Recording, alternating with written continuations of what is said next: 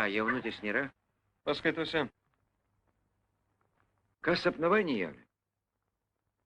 Kuomet grįžti į Paryžių? Poryt. Atvažiuotum kada? Pas mane apsistotum, sužinotum visas aeronautikos naujienas. Atvažiuosi? Norėčiau. Tavo sumanimas. Kodėl, Stepai? Kas kodėl? Kodėl tau negana skrydžių per Atlantą? Juk Atlanto dar niekas neperskrido. Tu apie tą non-stop skridimą jau kam nors pasakojai? Tik jaunutei. Aha. Drąsus vyras. Ir ką ji?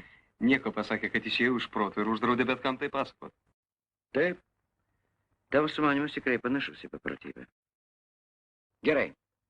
Tarkim, skrendi 7000 kilometrų nenutupiant.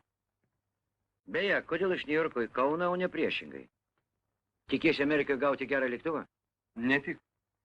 Virš Atlanto daugiausia pučia vakariniai vėjai. Pavėjui sunaudosime mažiau kūro, lengvesnis lėktuvas, lengviau kils nuo žemės. Kiek skridimo? Apie 40 valandų. O per Atlantą kiek? Diena ir naktis. Ir dar para iki Lietuvos.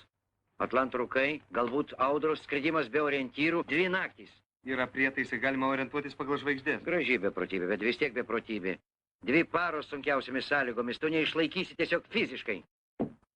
Stepai, tu rimtai tiki? Žinoma, tikiu. Nesvaičiuk, Stepanai. Tu žinai, kiek vien lėktuvas kainuos. Kas tave parems?